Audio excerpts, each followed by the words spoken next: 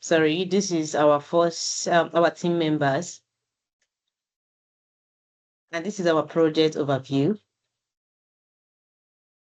Tools and environment we used. So this is our incident response. One of our clients received a suspicious email with subject due invoice payment from a claim sender, Paul Regina. And our client flagged the message and escalated it to our SOC team for investigation to determine if the email was a phishing one. So using our Thunderbird, we're able to see the content inside that the email contained. From this email. You can be able to see everything, the content inside the email. And this is where we analyze everything. And from the authentication results, we could say that this domain was likely spoofed because of the authentication failures that we can see, the CPF failed, DMARC, and the DKMM. So, and the next one, the easiest way again we can achieve this is by using a Python script, which my colleagues, Mr. Endurance, will take over from me. Thank you.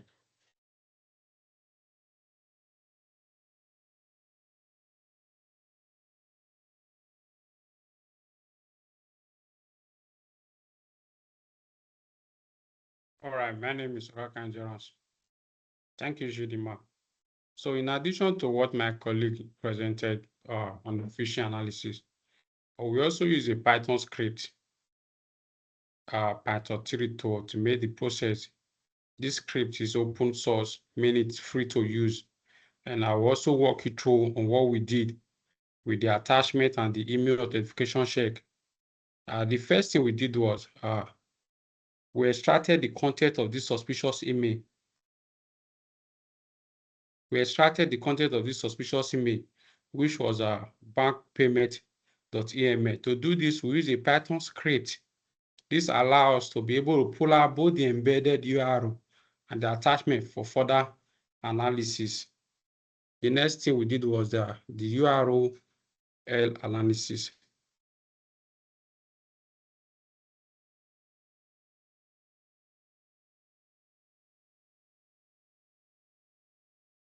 All right. When we submitted this URL to various tools and Cisco Talos for scanning, the result we got from scanning both of them was it showed that it was clean and no malicious indicators were reported. But we knew that a clean URL and no malicious indicators were reported. But we knew that a safe URL does not guarantee that the overall result is safe. So we then proceeded further. The next step we took was attachment analysis. First, we turned our attention to the attachment. We generated the SHA-256 sum of the hash file. And I believe, which you can see from here, the SHA-256 sum of the hash file is 75 and is ending with F7. We then uploaded this hash to various tools and Cisco Talos to check for no threat. Unlike the URL, the result shows that it was highly malicious. And I'll be showing you guys from here. I believe, as you can see from here, it shows that it's very malicious. So the result shows that it was highly and clearly malicious and flagged. This was an important discovery, confirming that the real danger was inside the attachment, which you could see from here that it's highly malicious and not the URL. This project demonstrates the importance of not relying on a single check, like just scanning a URL, instead by systematically scanning, performing, extracting, attachment, verifying notification, and IP ownership, and all of that. We build a strong case that this mail was a malicious email. And at this point, I would like to hand over to my colleague Valerie, who will continue with the next phase of this analysis and complete the reporting. Thank you very much, guys, for having me.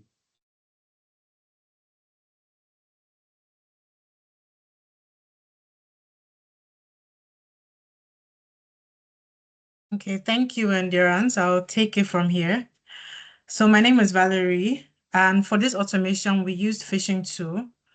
What we did, we ran the suspicious email through this automation, and the tool pulled out the key details, checked them against threats feeds, and produced a report with steps to contain the threats.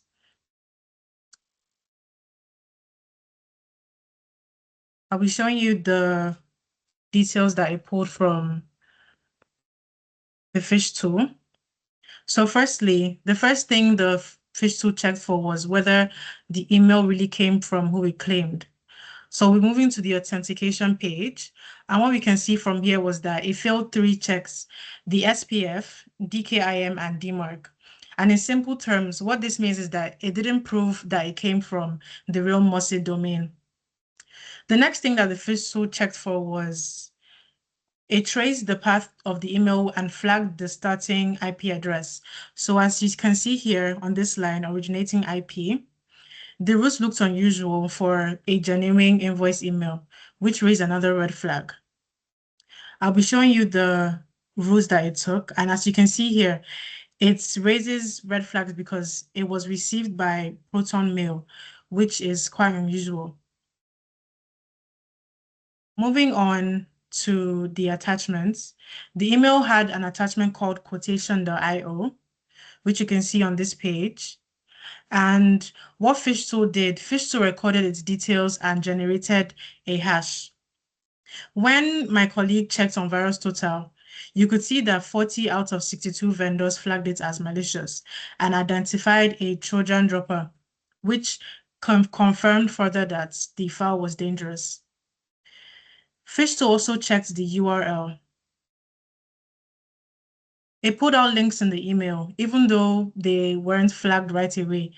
With all of the other evidence that we've gained, the overall risk was very high. So to wrap up this automation, PhishTool confirmed that the email was malicious. It collected all the evidence, quarantined it, and generated a case report. Moving on to the next step to see whether these indicators show up elsewhere in the company systems. I'll be moving on to my colleague Divine, who will take us through the SIEM analysis. Hi everyone, my name is Divine, and thank you, Valerie, for your automation. So for this task, I'll be walking through the log analysis using SIEM, and for this, I'll be using Splunk. So first thing I always do is you always need to make sure your Splunk servers are running, and you always have to make sure you're on root, and always to make sure your Splunk is running, you have to go to the OPT folder to CD OPT, and inside we'll go to the Splunk, then go back inside the executable folder, which is the bin. And here we can see all the executables required for Splunk to actually function. So now we can check if Splunk is running. And this tells us that Splunk is already running the process ID 22324. So next we go to our Splunk. So using our Ubuntu server and the port 8000, we can access Splunk on our Ubuntu machine. So I'm already signed in. So that's why I actually signed in. So first thing, we want to upload our file for analysis. So we click on the add data because we are trying to import the log to analyze here on Splunk. So we select upload from my computer. Then I'm going to select the file. And the file name, this is the file I'm trying to analyze, combined events.log. So I'm selecting it next. I'm going to select next. Now I'm going to create an index for this particular log. So I'm going to label the index as combined event log. I'm going to save it, review, then submit. And now we have actually uploaded the file. We can start querying it to see what happened in the log. So whenever we open our Splunk, we select search so that we can give it an index to search from, to actually query from. So we type index, and we make sure we remember the word we actually used, which was combined underscore events. There are actually two here, so it's this second one. This was the index we created. So enter. So whenever we enter, we need to make sure the time range is within all time, because this log is an old log, so not from like yesterday or the other time. So I'm selecting all time. So now when we query it again, we see it has 3086 events. These are the patterns to quickly get into the log. So from here, the events, we can see the selected feeds, the host, the source type, and we can see a trusted feed here. Splunk is showing to us client IP. So we can see here, this IP address has the count of 2920, which means it's the top IP. Let's find out what this IP was trying to do. So we can see that Splunk already selected this particular IP for query, for featuring. So now we can see that this particular IP was trying to get into a file, login.php. So let's check the time. We can see the time here, but let's get it to be very, very clear. We can pipe this into a table. Table time. Let's use this search query. So when we use this search query, we can see the time range here, 2348, 2348. Let's see if this attack was successful. Next, let's check.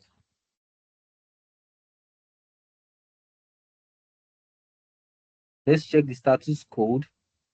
We can see the status. So we can see here the server responded 3061 yes. This brute force was successful because we can see here that the server code responded 302 to say that the attack was actually successful. So next, I would like to turn over to my colleague Valerie to give us the conclusion remarks on the whole analysis. Thank you.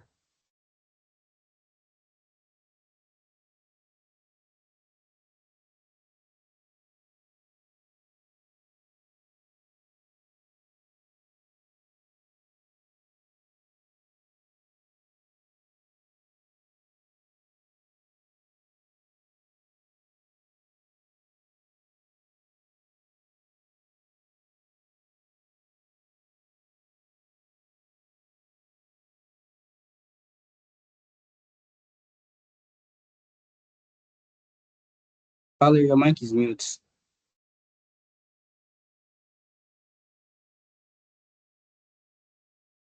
In conclusion, from VS Code, email headers revealed authentication failures and a suspicious IP pointing to a spoofing campaign. Our analysis on Virus Total showed the embedded URL was safe, but the attached file quotation.iso was malicious.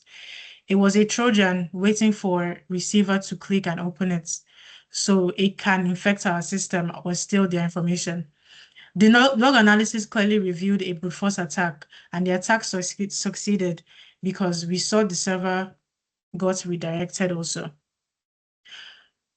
I'll be moving on to our colleague Divine to give you some recommendations to contain threats. Thank you, Valerie, for the recommendations. So I'll be walking through with our recommendations. So following the log analysis that I just concluded, so to prevent this brute force from happening, what our team recommends is deploying IDS, intrusion detection systems, and IPS to actually help detect these attacks on time. Considering the fact that the attacker was actually able to get a server response for about 2,000 and something counts.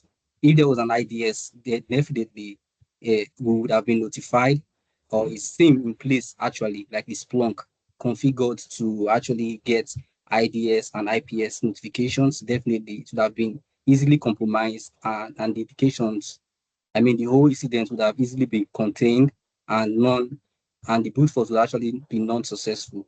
Another way is to enforce account lockout policies, and also the password could actually be hardened, like to make it very complex, and it should have a length, maybe possibly like a minimum of like 8 characters. Then also conducting security awareness is of very, very high importance, because you need to let people know at all times about the whole attempts about using the poor password, the weak password, and also to be wary of attachments and be careful of what to download. Thank you. And for the phishing analysis, our recommendations are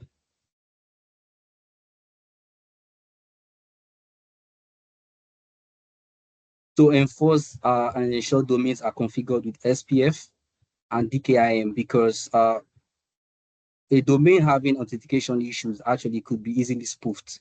So having an analysis showing SPF results field and DKIM, no signature, and DMARC sets to be none actually identifies that the domain could actually get spoofed. So we can also monitor for IP addresses without reverse DNS, which is to say IP address without a host name attached to it.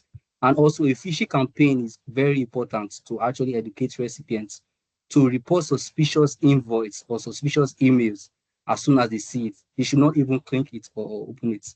And also using advanced email filterings for attachments could actually be very, very helpful for the recommendations for the email phishing analysis. And with this, my team and I will come to an end to this our analysis. Thank you very much for having us.